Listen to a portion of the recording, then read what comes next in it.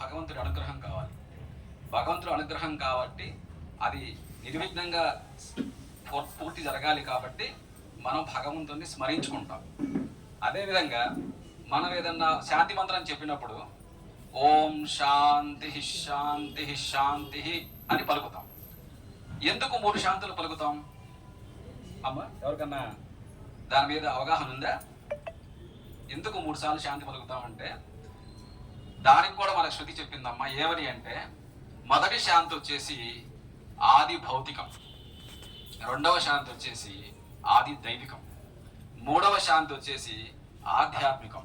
అంటే ఈ రోజున్న వ్యవస్థలో మనము ఈ విధంగా చెయ్యాలి అని చెప్తే అది చదువుకున్న వాళ్ళైనా చదువుకోలేని వాళ్ళైనా కూడా మనకు అడిగే మొదటి ప్రశ్న ఏంటంటే ఇది ఎందుకు చేయాలి? అంతే కదమ్మా, ఎవరికైనా సమాధానం వచ్చేది ఫస్ట్ ఒకటే, ఇది ఎందుకు చేయాలి, ఇది చేసినందువల్ల ఉపయోగం ఏంటి? దానికి సైంటిఫిక్గా కానీ శాస్త్రాన్ని కానీ సమన్వయించి రెండు మిళితం చేస్తేనే ఈరోజు మనం చెప్పే ఒక విషయం ఏదైనా కూడా శ్రోతకు అర్థమవుతుంది. అందుకనే ఈ ఆది భౌతిక శాంతి అంటే ఇప్పుడు మనం ప్రసంగం స్టార్ట్ చేసాం హ్యాపీగా. ఒక కుక్కో లేకపోతే ఏదో ఒకటి వచ్చి అరుస్తా ఉందనుకోండి, మన పక్కనే చేరి, అదొక విఘ్నమే కదా. సో అటువంటి ఆది భౌతిక విఘ్నాలు ఏవి జరగకుండా పరమేశ్వరుని ప్రార్థిస్తుంది. అదేవిధంగా ఆది దైవికం అంటే ఏంటి? ఇది మనుషుల వల్ల లేకపోతే ఇంకొక ప్రాణి వల్ల రాదు, భగవంతుడి నుంచే నేరుగా రావచ్చు. ఎలాగా? ఏదో భగవత్ కృపలో మనం హాయిగా మాట్లాడుకుంటున్నాం, వాతావరణం చక్కగా హాయిగా ఉంది. అదే ఒక వర్షాకాలం కావచ్చు, అదే ఒక ఎండాకాలం కావచ్చు, విపరీతమైన ఎండ వచ్చింది అనుకోండి, నేను మాట్లాడుతూనే ఉంటాను, మీరు ఇంకో పని చేస్తుంటారు. సో అటువంటి విఘ్నాలు కూడా రాకుండా, అదేవిధంగా మూడవది ఏంటిది? ఆధ్యాత్మికం. మన ప్రవచనం చక్కగా జరుగుతూ ఉంటుంది, సబ్జెక్టు బాగా ముందుకు పోతూ ఉంటుంది, తెలియకుండానే మనసులోకి ఏదో ఎప్పుడో జరిగిన ఒక సంఘటన గుర్తొచ్చేస్తుంటుంది. ఆ గుర్తొచ్చేసినప్పుడు ఈ ప్రవచనం జరుగుతూ ఉంటుంది, ఆ సంఘటన గుర్తు చేసి మన మనసు ఎక్కడోకి వెళ్ళిపోతుంటుంది. అంటే ఏమవుతుంది? మనం ఎక్కడే ఉంది, శరీరం ఎక్కడే ఉన్నాం, మనసు ఎక్కడో ఉంది, చెప్పిన విషయం అర్థం కాదు. సో భగవంతుడికి మనము ఆయన సహాయాన్ని కోరుకుంటూ, ఆయన సహాయాన్ని అభ్యర్థిస్తూ ఈ విధంగా మనం ఓం శాంతి శాంతి శాంతి అని శాంతి మంత్రం చెప్పిన తర్వాత ఈ 3 శాంతులు పాటిస్తాం. ఎందుకు మీకు ఇవన్నీ చెప్తున్నానంటే రేపు ఇక్కడ అంతా కొంచెం పెద్దవాళ్ళే కనపడుతున్నారు కాబట్టి ఈరోజు పిల్లలు చాలా సూపర్ పవర్స్తో ఉన్నారు. అడుగుతారు మిమ్మల్ని రేపు ఎందుకు 3 శాంతులు చెప్పాల్సి వస్తుంది, ఒక శాంతి సరిపోదా అంటారు. అప్పుడు మీరు ఎక్స్ప్లెయిన్ చేస్తారు అనే ఉద్దేశంతోనే మీకు చెప్తున్నానమ్మా, అంతకన్నా ఇంకేం లేదు. అదేవిధంగా మనం ఏ విద్యకైనా మనం విద్యార్థి అంటే అర్థం ఏంటంటే ఏ విద్యను అర్జించేవాడు ఎవరైనా విద్యార్థి, అవునా కదా? ఆయన ఏ స్టూడెంట్ అయినా కావచ్చు, అది ఆధ్యాత్మికం కావచ్చు, లౌకిక విద్య కావచ్చు, అలౌకిక విద్య కావచ్చు, ఏ విద్యైనా కావచ్చు. అయితే ఏ విద్యనైనా అందుకోవాలి అంటే 3 విషయాలు చాలా చాలా ఇంపార్టెంట్. ఒకటి శ్రవణం. అది చూసారా? ఇదేంటిది? ఇది ఆది భౌతికం. చూసారా? ఇప్పుడే మీకు కనపడుతుంది. నేను మీకు ప్రవచనం చెప్తూ ఉన్నాను, అక్కడ కొడుతూ ఉన్నాడు. ఇప్పుడు మీరు కొట్టేది వినాలా, నా మాట వినాలా?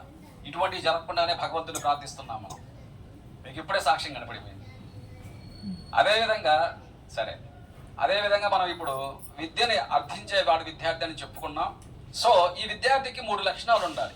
ఏమేమి ఉండాలయ్యా అంటే శ్రవణం, మననం, నిధిధ్యాసనం.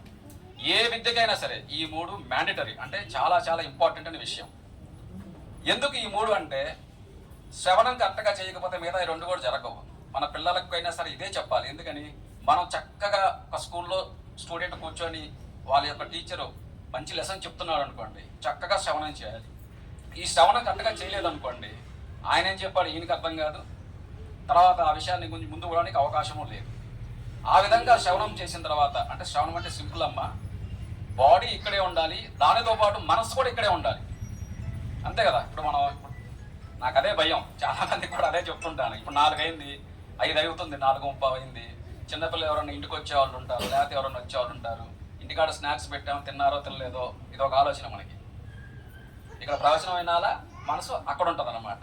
సో ఎప్పుడైతే ఈ రెండింటికి కనెక్షన్ వెళ్ళిపోయింది అనుకోండి, సబ్జెక్ట్ మనకి ఇంజెక్ట్ అవ్వదు, అంటే లోపల నిలబడదు.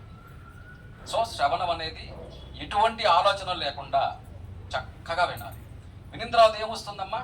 సహజంగా డౌట్స్ వస్తాయి. దాన్నే సంశయ నివారణ అంటాం. సో ఈ సంశయ నివారణ కూడా ఖచ్చితంగా చేసుకోవాలి. ఈ చక్కగా చేసుకున్న తర్వాత నిధిధ్యాసనం అంటే ఆ దానిపైన నిలబడిపోవాలి. ఫర్ ఎగ్జాంపుల్, ఇప్పుడు నన్ను ఎవరైనా నిద్రలేవి అర్ధరాత్రి 2 గంటలకి, నీ పేరు ఏంటంటే నేను దౌడుకుంటానా, ఏం చెప్తాను? నా పేరు చెప్తాను. ఆ విధంగా నిధిధ్యాసనం అయిపోవాలి. సో ఏ విద్యకైనా కూడా ఈ శ్రవణం, మననం, నిధిధ్యాసనం అనేది చాలా చాలా ఇంపార్టెంట్. ఎందుకంటే ఈరోజు ప్రవచనం గురించి నేను మాట్లాడట్లేదు. మీరు ఎప్పుడైనా ఎక్కడైనా సరే, ఏమైనా సరే, ఏ ప్రవచనం వింటున్నా లేకపోతే ఒక మంచి కార్యక్రమాన్ని చేస్తున్నా కాన్సన్ట్రేషన్గా వినాలనే ఉద్దేశంతోనే నేను వీటి గురించి చెప్తున్నాను అన్నమాట. ఆ తర్వాత మనము ఈరోజు ప్రశ్నలే చెప్పాలనుంది నాకు. ఈ ప్రశ్నలన్నీ మీరు కొంచెం కొంచెం ఆలోచన చేసి మనం ఏదో రోజు డెఫినెట్గా కలుస్తాం. దానికి సంబంధించిన వివరాలన్నీ కూడా నేను మీకు ఇస్తాను డెఫినెట్గా. సో నేను చెప్పేది ఏంటంటే, ఇప్పుడు అసలు ఈ ప్రపంచం ఏంటి? మనం పుట్టామా లేదా? డౌట్ ఉందా? పుట్టాం కదా, రైట్. పుట్టాం, పెరిగాం, ఏదో ఒక రోజు దేహాన్ని వదిలేస్తాం. ఇదే నా జీవితం. పుట్టాం, ఒక మంచి కుటుంబంలో పుట్టాం, లేకపోతే ఎట్లా కూడా పుట్టాం, ఏదో తల్లిదండ్రులు ఇచ్చిన ఆస్తులు ఉన్నాయి, చదువుకున్నాం, ఏదో ఉద్యోగాలు చేసాం, ఏదో సంపాదించాం, పిల్లల్ని కన్నాం, ఆ పిల్లల్ని పెంచాం, వాళ్ళ పిల్లల్ని పెంచాం, ఏదో రోజు వెళ్ళిపోతాం. ఇదే నా జీవితం. అసలు ఏంటి జీవితం అంటే? అది అంటే నేను ఎందుకు ఈ మాట చెప్తున్నానంటే, సాధారణంగా అందరూ కూడా ఇదే మార్గంలో ఉన్నాం, ఏది లౌకిక ప్రపంచ మార్గంలో. అయితే అసలు మనం ఎందుకు పుట్టాం, మన పర్పస్ ఏంటి? ఎందుకంటే ప్రతి జీవికి ఒక పర్పస్ ఉంటుంది, అంతే కదా. దాన్నే శాస్త్రం క్లియర్గా, నేను ఏం చెప్పినా శాస్త్రాన్నే చెప్తున్నానమ్మా. ఎందుకంటే నా సొంత తెలివితేటలు ఎక్కడ ఏమి చెప్పను కూడా. శాస్త్రం అంటే అసలు ఏంటంటే, అది కూడా మీరు ఒక చిన్న విషయం, శాసనాత్ సంశనాత్ ఇది శాస్త్ర అంది. అంటే నిన్ను శాసిస్తుంది, అయ్యా నువ్వు ఇది చెయ్యి, ఇది చెయ్యమాక. సంశనాత్, నీలో ఉన్న సంశయాలన్నీ తీరుస్తుంది. అంత గొప్పది శాస్త్రం. సో మనం కూడా అసలు మన పుణ్యభూమిలో, కర్మభూమిలో ఇద్దరు మాట్లాడుకుంటున్నప్పుడు కూడా సరదాగా అంటారు, నువ్వు చెప్పింది ఎందుకు నాలి, అదేమన్నా శాస్త్రమా అంటారు, తెలియకుండానే అంటారు. శాస్త్రం అయితే ఏంది? ఖచ్చితంగా నువ్వు వినాలి, ఖచ్చితంగా నువ్వు ఆచరించాలి. దట్ ఈజ్ శాస్త్ర. అది మనకు పెట్టిన భిక్ష. సో ఫర్ ఎగ్జాంపుల్, కలంజం న భక్షయేత్ సురాం న పిబేత్ అంది శాస్త్రం. ఇంక దీని గురించి నేను ఎక్స్ప్లెయిన్ చేయాల్సిన అవసరమే లేదు. అంటే మాంసాహారం ఎక్కువ తీసుకోకూడదు, అసలు తీసుకోకూడదు. సురాం న పిబేత్ అంటే మద్యపానాలు అవి ఇవి చేయకూడదు. చేస్తే ఏం జరుగుతుందో దాని గురించి మనం ఎక్స్ప్లెయిన్ చేయాల్సిన పరిస్థితులు ఏమీ అవసరం లేదు, ఇది అందరికీ తెలిసిన విషయమే. సో ఇందాక చెప్పిన విషయంలో మనం ముందుకు వెళ్తూ, అసలు ఏంటి, మనం ఎందుకు వచ్చాం ఈ సృష్టిలోకి? దీనికోసమే వచ్చామా, లేదా ఇంక దేనికోసం వచ్చామా? అంటే ఎందుకు ఇటువంటి ప్రశ్నలు మిమ్మల్ని అడుగుతున్నానంటే, ఇటువంటి ప్రశ్నలు మీలో ఉద్భవిస్తేనే మీరు ఆధ్యాత్మిక ప్రయాణం వైపు ప్రయాణిస్తారు. ఎందుకంటే చిన్నప్పుడు నేను కూడా గుడికి వెళ్ళేవాడిని, బాగా గుడికి వెళ్ళేవాడిని. ఓ చిన్న పాట ఉంది, 2 నిమిషాలు. ఓ మానవుడా మమత వీడరా, మమత వీడి రామనామ స్మరణ చేయరా, రామనామ స్మరణ చేసి ఆత్మసుఖము పొందరా, ఆత్మసుఖము కన్న మిన్న అన్యమేమి లేదురా, హరే రామ హరే రామ హరే రామయనరా, హరే రామయనరా హరించును పాపమురా. ఇప్పుడు నా డౌట్ ఏంటంటే, అసలు ఎవరి రాముడు? నేను ఎందుకు హరే రామ అనాలి? హరే రామ అనిపిస్తే ఆత్మసుఖం ఎట్లా వస్తుంది?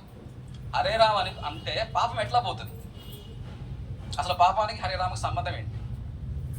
ఆలు బిడ్డలన్నదమ్ములెవరు వెంటరారురా, వదలలేక వచ్చిన వల్ల కాడు వరకురా, హరే రామ హరే రామ హరే రామయనరా, హరే రామయనరా హరించును పాపమురా. చూడండి, అసలు అదే సమస్తం ఈ పాటలోనే ఉంది, అర్థం చేసుకోగలిగితే. మనకు రాముడు అంటే మనకు ఎవరైనా గుర్తు రావచ్చు, ఇంటి వెనకాల రామయ్య గుర్తు రావచ్చు, ఇంటి ముందు రామారావు గుర్తు రావచ్చు, ఏదైనా జరగచ్చు. సో అసలు రాముడు ఎవరు, మనమెవరం, ఈ ప్రపంచం ఏంది, ఈ సృష్టి ఏంది, ఎక్కడి నుంచి వచ్చాం? ఇప్పుడు మీరంతా వచ్చారు, మేము ఇళ్ళకి నుంచి వచ్చారు, ప్రసంగం అయిపోయింది, ప్రవచనం అయిపోయింది, తీర్థ ప్రసాదం తీసుకుని మళ్ళీ ఎక్కడికి వెళ్తాం? ఇంటికి వెళ్తాం. మరి మనం ఎక్కడి నుంచి వచ్చాం ఈ సృష్టిలోకి? మళ్ళీ సృష్టిలో నుంచి ఎక్కడికి వెళ్ళిపోతాం? భూమిలోకి వెళ్తాం అంటున్నారు. Very good. భూమిలో నుంచి ఏమొచ్చింది? పంచేంద్రియాలు వచ్చినాయి. పంచేంద్రియాలు ఎక్కడికెక్కడికి వెళ్ళిపోతాయి. అందుకనే భాగవతంలో ఎచ్చడ పుట్టిన చోట కేగుణ్ణైజము ప్రాణకోటికి అన్నారు. అంటే ఎవరు ఎక్కడి నుంచి వచ్చారో అక్కడికి అందరూ వెళ్ళవలసిందే. అట్లా ఆ విధమైన ప్రపంచం గురించి, పరమేశ్వరుడి గురించి, జీవుడి గురించి ఇట్లా ఈ విధమైన ఆలోచనలు మీకు కనుక ఉత్పన్నమైతే ఆధ్యాత్మికానికి తొలిమెట్టు. మనం ఇంకో సమస్య ఏంటంటే, అంటే ఇది ఎవరి గురించి, నా గురించే చెప్తున్నాను నేను. ఇప్పుడు మనము పాట పాడతాం, లేకపోతే పూజ చేస్తాం, మాటలు పదాలన్నీ భగవంతుని ఆచరిస్తాయి, మనసు మాత్రం ఎక్కడో ఉంటుంది. అందుకనే మీరు బాగా ఆలోచన చేస్తే ఏ పని చేసినా త్రికరణ శుద్ధిగా చేయమంటారు. త్రికరణాలు అంటే ఏంటమ్మా? 3 అంటే 3, కరణాలంటే పని చేసేవి. ఏమేంటి త్రికరణాలంటే? మనస, వాచ, కర్మణ. అంటే మీరు భగవంతుడికి పూజ చేస్తున్నారు, చెయ్యి పనిచేస్తుంది, భగవంతుడిని ఉచ్చరిస్తున్నారు, నోరు పనిచేస్తుంది. మనసులో కూడా ఎవరు ఉండాలి? భగవంతుడే ఉండాలి. అదే భక్తి. సమస్య ఎక్కడ వస్తుందంటే, మనం ఈ 2 చేస్తున్నాం, మనసులో ఇంకోటి ఉంటుంది, అది ఏమైనా కావచ్చు, నిలబడదు అక్కడ. కరెక్ట్. ఎందుకు నిలబడదు? మనసులో ఆయన లేడు. మీరు మనసులో ఆయన లేకుండా ఆయన పూజ చేస్తే పాక్షికమే కదా, దానివల్ల ఏం ఉపయోగం? అందుకే అంటే ప్రతి విషయం భారతదేశంలో పుట్టిన ప్రతి ఒక్కరికి తెలుసు. ఎందుకంటే ఇట్ ఈస్ పుణ్యభూమి, కర్మభూమి. ఆచరించడంలోనే మనకు ఆ డిఫరెన్షియేషన్ కనపడుతుంది. అంతేనా కాదా? ఇంకా పెద్ద సమస్య ఏంటంటే, ఒక గురువు దగ్గరికి పాపం అందరూ వస్తుంటారు. ఒక ఆమె ఎవరో వచ్చింది, కొత్తగా పెళ్ళి, స్వామి ఇంట్లో బాగా ఇబ్బంది పెడుతున్నారు, మా అత్త ఇబ్బంది పెడుతుంది, మా ఆయన ఇబ్బంది పెడుతున్నాడు. ఆయన చెప్పారట, పాపం అమ్మా ఇవన్నీ సర్దుకొని పోవాలి, ఏం చేస్తాం? ఆ తెల్లారి పొద్దున్నే సూట్ కేసు తీసుకొని సర్దుకొని వెళ్ళిపోయింది. ఆయన సర్దుకోముంది ఫ్యామిలీలో ఏం చేసింది ఏంటి? సూట్ కేసు సర్దుకొని వెళ్ళిపోయిందని. అట్లాగే పాపం భగవద్గీత కూడా పాపం ఒక స్వామీజీ చెప్తా ఉన్నారు, చక్కగా శిష్యులంతా విన్నారు. వినిన తర్వాత అంతా చెప్పిన తర్వాత నాయన ఊరకుండటే ఏం ఉత్తమ యోగం అన్నాడు ఆయన. ఇంక తర్వాత నుంచి ఆయన ఏం పని చేయట్లా, భోజనం చేస్తున్నాడు చక్కగా, ఇంకేం పని చేయట్లా. అదేంటంటే స్వామీజీ చెప్పారు. ఏం చెప్పారు? ఊరకుండటే ఉత్తమ యోగం అని. ఆయన చెప్పిన వర్షన్ ఏంది, ఈయన విన్న వర్షన్ ఏంది? దీన్నే శాస్త్రంలో అధ్యాస అంటారు. అధ్యాసో నామ అతస్మిన్ తస్బుద్ధి. అంటే మనం ఒకటి చెబితే వాళ్ళకి ఒకటే ఎక్కుతుంది. ఎందుకు ఎక్కుతుంది? శిక్షణ లోపం. అందుకనే అంటే నేను మీకు జనరలైజ్డ్గా చెప్తున్నాను, ఒక టాపిక్ సబ్జెక్ట్ తీసుకోకుండా. మనం అందరం కూడా ఒక నియమం పెట్టుకోవాలి. అసలు నియమం అంటే ఏంటి? మనల్ని నియమించేది. ఇప్పుడు శాస్త్రానికి డెఫినేషన్ తెలుసుకున్నాం. ఇంకోటి కూడా ఏంటంటే, అసలు చదువు అనేది ఎలా ఉండాలంటే, అర్థం లేని చదువు వ్యర్థం, గురువు లేని విద్య గుడ్డి విద్య. టేక్ ఇట్ ఫర్ గ్రాంటెడ్ ఎవరైనా సరే. ఎందుకని? గురువు లేకుండా మీరు ఏ శాస్త్రాన్ని మీరు అధ్యయనం చేసినా మీ భావాలతో అర్థం చేసుకుంటారు. మీ భావాలతో అర్థం చేసుకుంటే మీరు శాస్త్రం చదువుకోవడం ఎందుకు? గురువు యొక్క పని ఏంటి? అసలు గురువు ఎవరు? ఉకారక అంధకారక తన్నివర్త రుకారక అంది శాస్త్రం. అంటే గురువు అంటే ఎవరంటే, మీలో ఉన్న అజ్ఞానాన్ని, అంధకారాన్ని ఒక్కొక్కటి వీళ్ళతో సహా పీకిలించి తీసేసేవాడు. అది అందుకే గురువు ఒక మహా అద్భుతమైన శబ్దం అది. అందువల్ల మనం అందరం కూడా ఒక నియమం పాటించాలి. ఏమేమి పాటించాలి? ప్రతిరోజు ఒక నియమం పెట్టుకోండి. ఒక టైంలో సాధన చేయాలి, ఒక టైంలో పూజ చేయాలి, ఒక టైంలో జపం చేయాలి. ఎందుకని? ఆ విధంగా చేస్తూ ఉంటే, ఇప్పుడు ఇంకో పెద్ద సమస్య ఏంటంటే, అయ్యప్ప స్వామి మాల వేస్తున్నారు మన వాళ్ళు. దాని పర్పస్ ఏంటంటే, ఈ 41 రోజులు మీరు అన్నీ నిగ్రహించుకొని మిగతా 365 రోజులు 41 రోజు పోతే మిగతా రోజులని అట్లా ఉండాలని ఆచరించమని. మన వాళ్ళు ఏం చేస్తున్నారు? ఈ 2 రోజులు మొత్తం అయిపోతే మన వాళ్ళు ఫస్ట్ స్టార్ట్ చేయొచ్చు.